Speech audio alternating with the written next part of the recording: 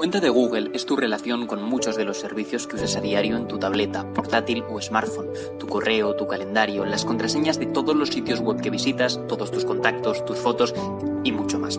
Por eso, hoy te enseñamos 3 sencillos consejos y configuraciones con las que hacer que tu cuenta de Google sea más segura. Todo empieza, obviamente, por el acceso a tu cuenta. Una buena contraseña es esencial, pero puedes volverlo todo más seguro activando la verificación en 2 pasos.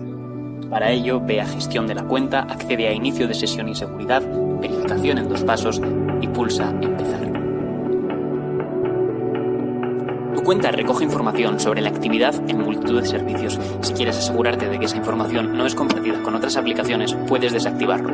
Ve a Información personal y privacidad, Controles de la actividad de tu cuenta y ahora podrás elegir qué servicios desactivar. Tu historial de navegación, de ubicaciones, la información general de tu cuenta o el historial de reproducciones de YouTube.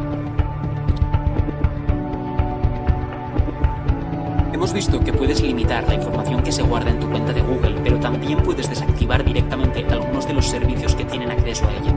Para ello, accede a Preferencias de la cuenta, pulsa en Eliminar servicios de Google y selecciona qué aplicaciones y servicios quieres que dejen de tener acceso a tus datos.